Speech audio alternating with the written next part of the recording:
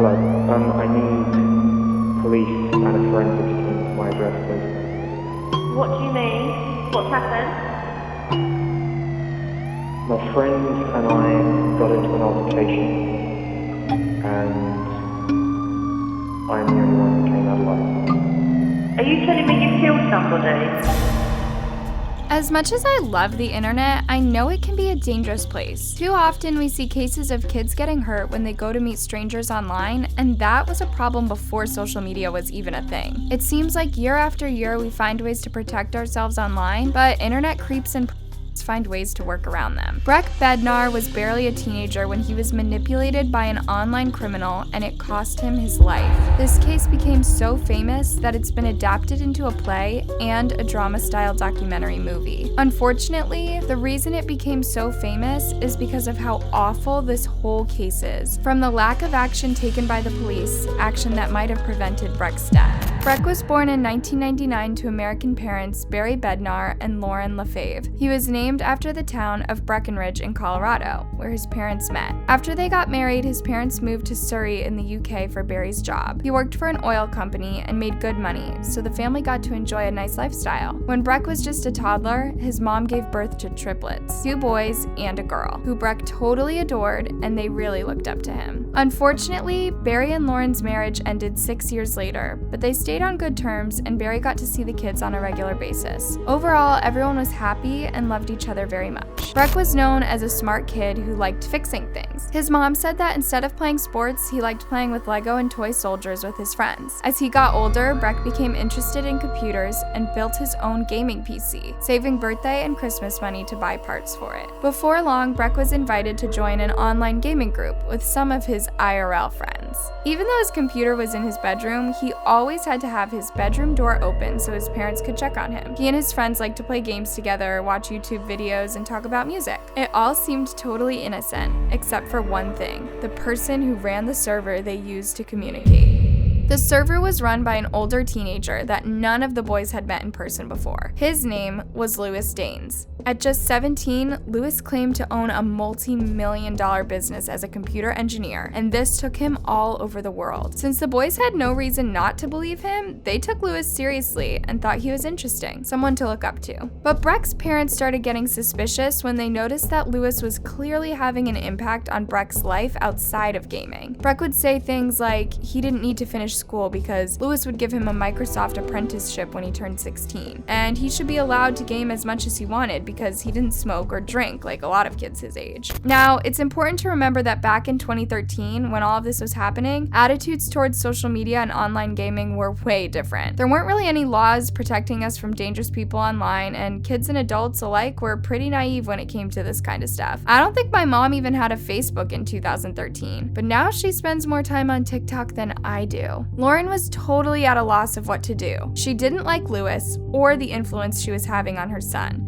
and she was scared that he might have bad intentions. She talked to some of her friends and colleagues who pretty much told her to stop worrying, that Breck would grow out of online gaming and he'd get bored of Louis. In an interview, she said she couldn't help but feel like her concerns would have been taken more seriously if she was worried about one of her daughters. Because Breck was a boy, everyone seemed pretty sure he could handle himself, and it wasn't a big deal. As they grew more worried, Lauren and Barry tried everything to break Breck's fascination with Louis. They offered to take him to meet Louis, certain that Louis wouldn't show up, and that would make Breck realize he wasn't as impressive as he made himself out to be. However, Louis made the excuse that he couldn't just drop everything to meet up with Breck because of all the important work he had to do. They contacted non-emergency police to ask them to look into Louis and see if he had a background in hurting people. The call handler tried to brush off their concerns, saying they should just tell Breck to play on a different website or ask him to stop talking to Louis. They gave the handler Louis's full name and the country he said he was from, hoping that would be enough information for the police to do something, but this never happened. If the police had bothered to look into Louis's history, they'd see that he was someone with a dark past. His parents broke up when they were young, and his mom left the country, leaving him in the care of his grandparents, and for a short time in foster care. Since he turned 18, he was living living alone in an apartment in Essex that his grandparents owned. He was unemployed and spent all day talking to younger boys online. There were even allegations made against him by a teenager back in 2011, but since he wasn't charged, he wasn't listed anywhere as being dangerous. When they heard nothing from the police, it was the last straw for Breck's parents, who decided to hold an intervention. They took away all of Breck's technology and had one of his friends from the group come over so they could talk about how suspicious they were of Lewis. But Lewis had plans of his own.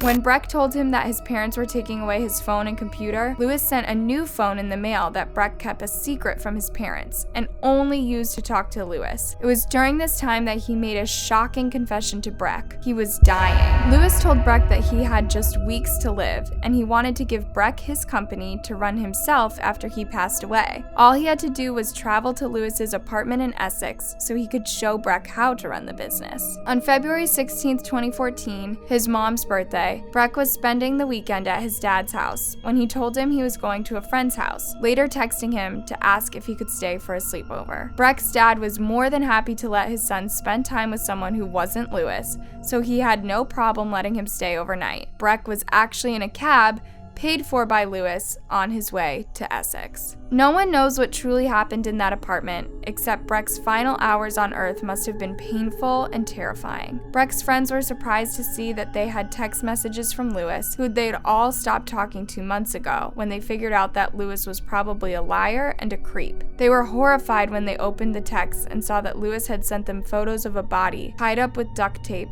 and covered in blood. Straight away, they recognized the victim as Breck. The photos circulated through Breck's social circle quickly, and before long, they made it to his 3 younger siblings. Breck's family had no idea anything was wrong with him until the triplets started getting messages of their friends offering condolences and asking what the heck happened to their brother. As this was taking place, Lewis made a chilling phone call to 999. And to the forensics team, to my address, please. What's happened?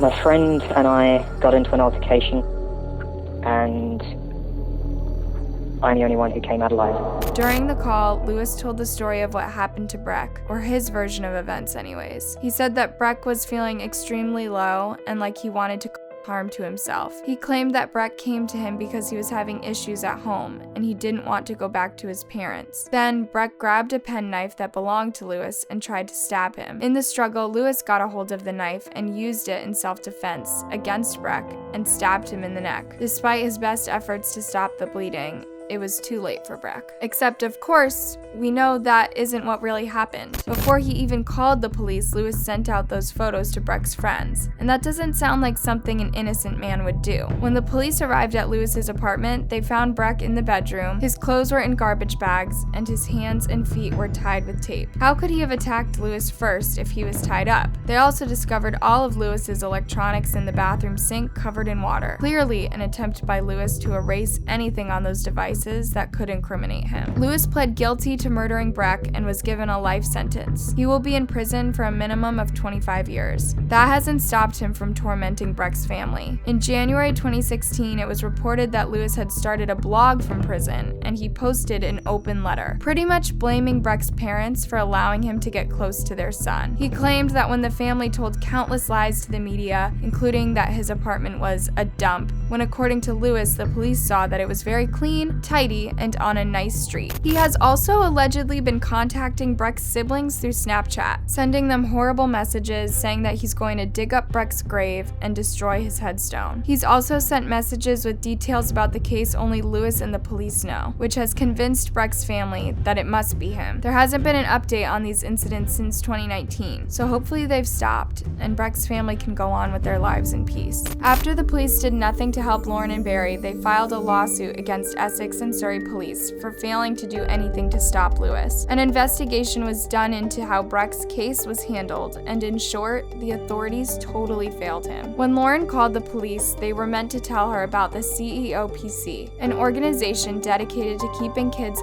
safe online by offering support and advice to parents. There also should have been a check performed on Lewis's background and his computer, but this was never carried out. To stop this from happening in the future, call handlers for emergency services businesses are now given full training so they can deal with issues like these. Lauren also started an organization of her own, the Breck Foundation. Lauren gives talks and seminars in schools in hopes to educate kids and parents about the dangers of talking to strangers online. Their motto is, play virtual, live real. This was a really important story to cover. I know some of you guys watching are probably close to Breck's age, and I bet you've been told by your parents more than once, don't talk to people you don't know on the internet. It's important to remember that when your friends and family say this stuff, they're just trying to keep you safe. Always question your online friends, no matter how well you think you know them. That brings us to the end of today's video. What do you think of this case? I'll be looking forward to seeing what you guys think down in the comments below.